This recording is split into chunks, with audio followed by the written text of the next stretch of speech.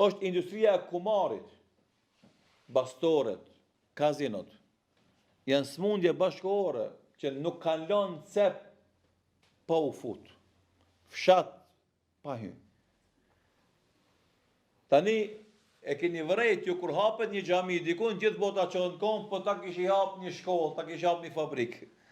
Po mirë kur hapen këto bastoret edhe këto kazinot në për gjitha cepet e vendeve tona, pse s'ngritet dikush thotë po ta kish i hap një shkollë apo një fabrikë. Askund në botë bastoret dhe kazinot nuk janë industri e zhvillimit. Edhe nuk sjellin ato të ardhuna. Askund në botë nuk është pjesë e sistemit ekonomik hapja e kazinove dhe bastoreve. Përkundazi, gjithë bota ato i llogarit si vende degeneruese. Las Vegasin, si një për qyteteve të njohura amerikane, që është e njohur, domethënë historikisht për praninë e kazinove që nga koha e lashtë, domethënë para shumë viteve, dekadave, askush se përmend për gjë të mirë, përmend zakonisht si vend i degenerimit moral, i devijimit.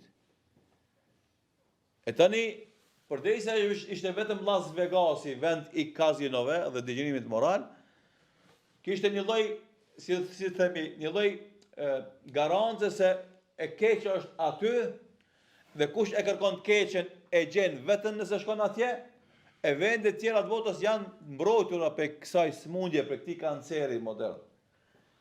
Tani mo Las Vegas është bërë çdo fshat, sepse çdo kun ke kazino, çdo kun ke bastore, edhe komari është bërë pjesë e përditshmërive tona. Tani për shembull, kur flasim për kazinot dhe bastoret, e kam parasysh se sa miliona e miliarda pare harxhohen aty dhe për shkak të këtij vesi që ka një pjesë e madhe e meshkujve, sa familje shkatërrohen. Edhe ngelen pa gjërat esenciale të jetesës. Edhe këtu të na, lekun e fundit e çon bastore. Lekun e fundit e çon kazino. Tu mendu se ai nëpërmes komarit do bëjnë parë. Askush me komar s'është më i pasur. Kjo është rregull i jetës. E këto janë pasojat e largimit nga feja. I përmendni gjëra që ju i dini dhe i shihni, po kanë herë na nuk kemi kohë për të ndalë e për të reflektuar dhe për të kuptuar se